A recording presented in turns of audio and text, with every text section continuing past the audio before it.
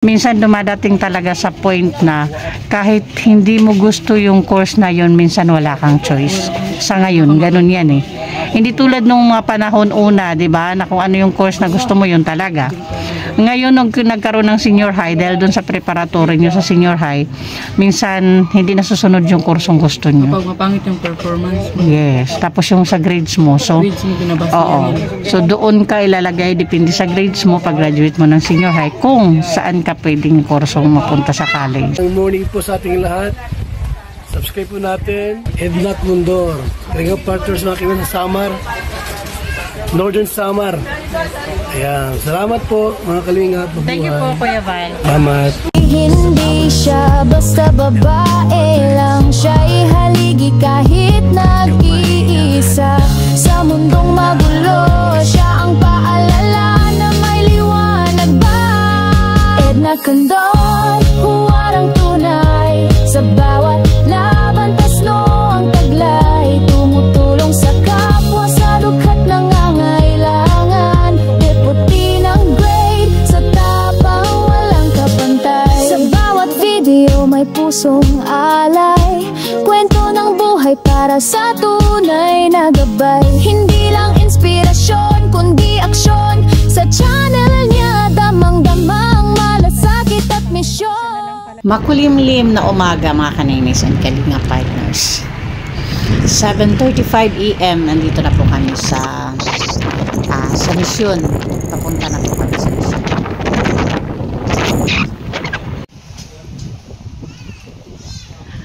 Good morning mga kanaynis, kalinga partners. Nandito na kami kina Justin. Oh, ayan, medyo mahangin na mga kanaynis. Ayan, tapos ang dagat medyo ano na siya. Ito kasi yung dagat na malapit sa bahay ni na Justin. Ang dagat is medyo maligalig na siya mga kanaynays. So, medyo mahangin na talaga mga kanaynays. So, ayan doon si Justin. Puntahan na natin mga kanaynays. Balik na ako. Ayan lang yung bahay ni Justin. Oh, dyan sa may motor ni Pimpin. Pinaradahan ni Pimpin. Tapos dagat na. O ayan mga kanaynays. Andito na tayo sa bahay ni Justin. Andito kaya itong batang to. Maupay, naaga. Gandang umaga po. Pasok lang ako, hate. Musta? Ay lang po. Medyo masama yung panahon, ano? Oy, nakapwesto na siya. Morning. Good morning po. Musta ikaw? Okay naman po. Ate, pwede mag-join ka dito kay Justin. Ayan mga kanaynays, kalinga partners, nandito na tayo na Justin. At syempre sa atin niya, medyo maaga yung pang-istorbo ko ngayon kasi masama yung panahon. Tapos wala pang klase si Pimpim, kaya nabugot ko na naman si Pimpim para i-drive ako. Kaya ayan, nandito na tayo. Ikaw, Justin, wala ding klase? Wala po. Diba lahat? Kaya nga kanina nung mabasa ko yung ano na suspended daw lahat ng klase, pati yata offices, hindi ko lang sure, parang gano'n din. No? Kaya sabi ko, now na ako mag-mission. Dapat bukas yung schedule ko dito kay Justin tsaka kay Miguel, pero ngayon na lang. Okay, mustang araw-araw Justin sa school? Sa school?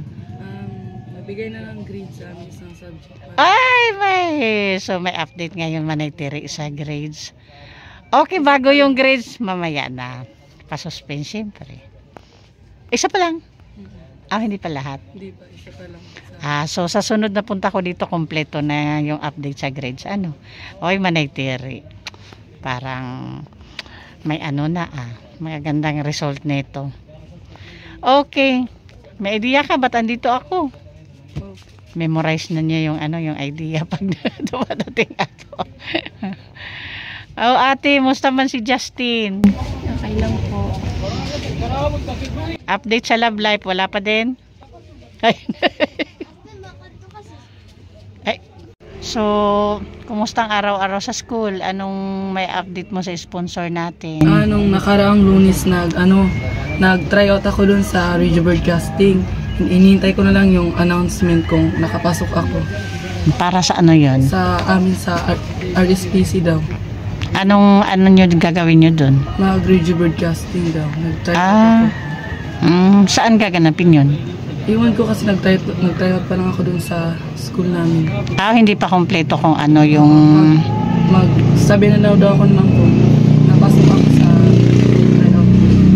Tapos hinihintay namin yung intrams daw kasi sali daw ako badminton. Kinuha ko naman. Badminton daw. Kailan yung intrams nyo? Sa, di ba, sakto yung ano, yung kailan ang laro namin. May mga sinasalihan ka bang yung mga quiz na dumadayo kayo sa iba-ibang Sa school? grade 6, sa grade 6. Ngayon, may sinasalihan ka bang Oo, ganon? nag-try out ako. Yun na yung sinabi mong nag-try out ka. Kung Hinihintay ko makapasok kung ka. makapasok ako. Kasi marami kami. Marami At kayo? magagaling. Talaga? Sa section nyo lang o sa lahat ng section? Sa lahat ng section nyo. Kasi dahil sa San Isidro. So sa section nyo, isa ka sa napili na? Nag-voluntary ako mag-try out. Okay. Kay may potential daw ako, sabi niyo. Okay. So hindi yung teacher nyo yung namimili kung sino ang pwede? Ako tayo, pumunta talaga ako din. Kasi gusto ko. Okay, Ang grade good. 7 pa lang ako kasi nahihiya ako. Pag-grade 9. So, Ngayon. So ibig sabihin, noon mo pa gustong sumali sa mga ganon. Nahiya ka lang. Pero ngayon? Kasi gusto ko maging parte sa organization dun sa aming school. Good. Ano namang mga subject yung ano doon? Yung pag halimbawa nakapasok ka, anong mga subject yung iaano sa inyo doon sa quiz? Filipino, English. Yung mga yung mga academic ko Pero yung sa amin, script writing, nagpa-practice kami. Sa Filipino, sa English. Okay. Kasi ngayon, hinintay ko nga sa intrams. Kailan ang intrams? Hindi ko pa nga alam. Sinabihan lang ako ni ma'am na mag-join daw ako ng entrance sa badminton. Kasi naglalaro ko ng badminton. Gumiram lang ako ng racket. May nahiraman ka naman ng racket? Sa classmate ko. Napapairam siya. Yun yung sinasabi na pag gusto talaga may mga paraan. Okay ate, kumusta naman pamangkin si Justin ate sa araw-araw? Okay naman po. Hindi ba siya yung estudyante na ma-stress ka sa kagigising sa umaga bago makapasok sa school? Mauna po sila sa magising sa akin. Good! Congrats! Sila pa po nagsasain, nag-gaas na po ng baon nila. Good! Wow! Atin na lang po. Keep it up, Justin, ha? Kasi maganda yan. Kasi yun yung sinasabi na mas maganda yung dumaan ka sa hirap. Sa pagpupursigi, pagdating ng panahon, mas namnam mo yung gaan pag nandun ka na nakuha mo na yung pangarap mo. Kasi nga, dahil naramdaman mo din, nanamnam mo din yung sabi pa, sakripisyo para sa sarili mo, di ba? Kasi yung sinasabi na hindi mo mararamdaman yung tamis kung walang pait kang natikman, di ba? Ganun yun. Kaya go lang, gawin mo lang yan para kahit paano hindi ka rin maging pabigat kay ate, di ba? Kasi siya na yung nagiging nanay mo sa ngayon. Okay? So kumustahin na naman natin Manayter yung love life, baka mamaya may love life na to. Kumusta ang love life, Justin? Wala po. Wala pa din. Ay, talaga lang. Pero kahit umaaligid-aligid, wala talaga. Ang diin ng niya, iling niya, ang diin-diin. Wala sa isip ko. Pero may crush talaga. Uy, maniwala ko sa dyan kay crush, walang? Wala? Sa classmate ko. May crush. Yung classmate ko sa amin specialization kasi matalino rin siya. Mas type mo yung mga matatalino. Maganda yan. Kasi makakatulong sa pag-aaral nyo. O hindi naman sa tinuturuan ko si Justin manggamit sa mga matatalino. Ako lang talaga iba pa din, di ba? Kasi pag ganun, may kaibigan kasi ako niya dati, mga classmate din na mas bet niya talaga yung matatalino kasi una-una daw medyo mahina-hina siya. At least daw mayroong nakakahatak sa kanya at saka yung masisipag mag-aral, di ba, yung maseryoso mag-aral. Yun ang maganda maging kasama kasi pag nakasama mo minsan yung mga ibig sabihin yung mga bulakbol sa pag-aaral. Influensya. Oo, malakas na impluwensya yon, lalo na kung medyo mahina ka sa ganun, di mo kayang labanan. Talagang ikaw yung mapapasama doon. Ibig na ikaw yung mag-influence sa kanila na yeah. Pag mahina ka, hindi mo rin kaya yung sarili mong yun yung posibleng ikaw yung mapunta doon sa daan na yun, di ba? So maganda din yan. Kasi sa mga estudyante kasi, importante talaga yung pumili ka ng mga makakasama mo sa pag-aaral. Ibig sabihin yung magiging mga kaibigan mo, magiging tropa mo, na kailangan makita mo naman na hindi mapapariwara yung mga buhay nyo, lalo na sa inyo na mga bata pa. Tapos syempre, yung talagang makikita mo na pagdating sa pag-aaral, magiging katuwang mo sila. Tulong-tulong, di ba? Makuri yung tulong-tulong na ambagan sa pambili ng alak. Yun yung hindi maganda yun. Kailangan tulong-tulong sa assignment, sa project. Oo, sa ano. Lalo na ngayon, maraming mga reporting. Oo. Palaging pumupunta sa San Roque, magpa-practice kami. Sinasabihin ko sa ate, humingi ako ng pamasahe kasi magpa-practice kami. Yun kayo mga kanta, sayaw, performance first quarter, 3 yun. Pumupunta kami. Saan sa San Roque kayo nagpa-practice? Sa may simbahan po. Minsan pinupuntahan kami yun. Tinitignan yung sayaw namin kung maganda na. Chinecheck kayo ng teacher nyo. Ayaw ko nga mag-leader kasi late ako na rin pumupunta dun. Bakit ikaw sana yung leader? Lagi. Ako yung leader sa reporting. Lagi kayong panalo. Oo, talaga. Reporting namin. O, di ang Pero pag galing. sayaw, hindi Congrats. ako nag-leader kasi na minsan hindi ako nahatid. Sa sayaw. Kasi wala dito si Papa. Nahingi lang ako ate pamasahe. Nalit ako dahil pinapagalitan ako. Leader ka, ikaw yung nanguna. Oo, malamang. Dapat pag leader, ikaw yung nauna doon. Pero pag reporting talaga, nagkukusa talaga ako doon mag-practice. Pero alam mo, isa pang rason bakit huwag kang mag-leader. Kasi andun yung stress. Minsan, naurutan ako. Pag ikaw yung leader, andun yung stress. Saka hintay doon sa mga late. Hayaan mo yung leader message, wag na ikaw. Reporting talaga, hindi nagpa-participate. Yung iba kulat, nagsusulat ng report. Nanghiram ng cellphone para pang research. Sila, tagapalakpak lang. Pero talaga yun. Kahit pag nagwo-work ka na sa opisina, pag ikaw pag manager ka, o sa mga team, ikaw ang head, mas madami yung stress mo. Ikaw talaga yung Yes, kaysa sa member ka lang, di ba? Medyo mamiminimize yung stress sa buhay. member ka lang. So, ayan. Hindi ko napatagalin, Justin, kasi baka abutan kami ng bagyo. Papunta kami dito, madilim talaga yung kalangitan. Tapos medyo mahangin na. Tiningnan ko nga dyan ngayon sa dagat nyo, maalon na maligalig na yung yung dagat. Ginising ko sa atin ng umaga kasi kala ko may pasok talaga kasi maulan.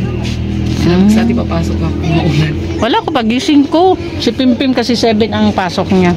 Sabi na suspended yung mga klase. Sabi ko, ay tama, sige mag-mission ako ngayon. Kasi maaga pa. Okay, Manay Tiri.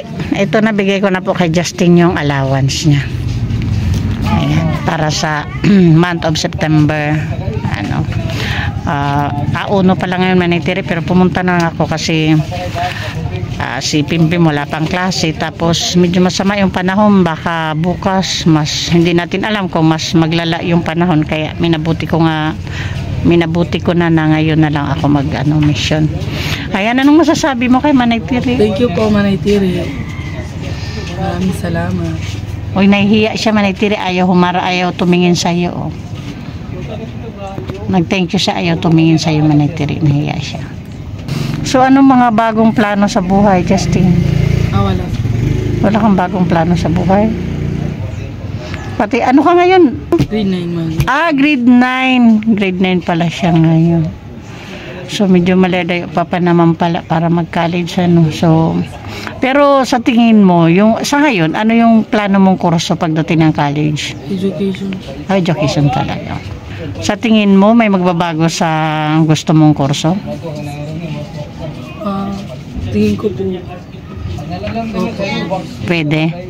Pwedeng mapalitan yung gusto mong kurso. Pero sa ngayon, education talaga yung gusto mo. Kasi pag graduate mo kasi ng ng senior high, doon mo din makikita sa grades mo kung ano yung posibleng. Oo. Kasi sila na yung nag-aano 'di ba? Kung tatapon na. Yes. Hindi mo mapipili yung gusto. Kasi may preparatory 'di ba sa senior high. So, ano yung preparatory mo yun siguro yung posibleng maano mo sa college, 'di ba? Oo. So, minsan dumadating talaga sa point na kahit hindi mo gusto yung course na yun, minsan wala kang choice. Sa ngayon, ganun yan eh. Hindi tulad nung mga panahon una, 'di ba, na kung ano yung course na gusto mo yun talaga. Ngayon nung nagkaroon ng senior high dahil doon sa preparatory nyo sa senior high, minsan hindi nasusunod yung kursong gusto nyo. Kapag mapangit yung performance mo. Yes, tapos yung sa grades mo. So, Grades mo binabasa oo. So doon ka ilalagay depende sa grades mo pag graduate mo ng senior high kung saan ka pwedeng kursong mapunta sa college. Ganun yun eh. Malaki ng kaibahan ngayon kaysa noon, 'di ba? Hindi ka na minsan makakapili ng gusto mong kurso. Kaya kung gusto mo yung kurso na yan, pagsikapan mo talaga sa senior high na mamit mo yung grades. Oo, na dapat doon ka mapunta sa kurso na gusto mo. Kasi alam mo, ang hirap. Kasi minsan pag hindi mo gusto yung kurso, minsan nakakawala ng gana, diba? So, sa senior high pa lang, pag gusto mo yung kurso na yan, gawan mo talaga ng paraan. Pagsikapan mo habang nandiyan ka sa senior high. Para doon ka mapunta sa gusto mong course. Sa yung education sa yung. Okay, ayan. Ate, may masasabi ka ba sa sponsor ni Justin? May gusto kang sabihin? Salamat po. Sana po matulungan niyo pa po si Justin. Marami pa po matulungan po na kagaya po ni Justin. Thank you po. Ayun, Justin, may sabihin ka pa kay Manay Tiri? Maraming salamat po, Manay Tiri. Ayaw mo magpa-cute kay Manay Tiri? Ayan, mga kanay-nice. O, bye-bye na tayo. Ate and Justin. Okay. Okay, kita-kita ulit tayo sa next month. Okay. Siguro 1 or 2. Ganun lang yung ano natin schedule. O, ayan mga kanay-nice. Thank you sa pagsama sa amin. Hanggang dito na lang yung vlog. Bye-bye. Mga kanay-nice. Nahatid na natin kay Justin yung allowance siya. Manitiri. Pasupport po sa ating founder, Kuya Bal Santos Matubang. Atina Vlogs. And Kalinga Prab para po sa patuloy na paglingap. And syempre po, thank you sa ating mga sponsors na palaging andyan para sa ating paglingap. Of course, Manay Tiri Anderson, Ma'am Hawaii, Sis Beth Jones, Sis Marcelina Fedorowicz, Sangkay Ima Vlogs, and Ma'am Sally Negan, thank you po. Sis Claire Asan Malinika and Ma'am Literally so thank you po. And pasupport din po please Palambing The Great Team Waray noon, headed by our Ambadjuwi The Great. Ang yung lingkod po, kanay na isa na Kondoyan, PTV, Nelson TV Official, Limix TV, Rina TV Official, Annabelle Mix Vlog, and Biyahing King. Thank you po. Bye-bye. Bye-bye, Justin.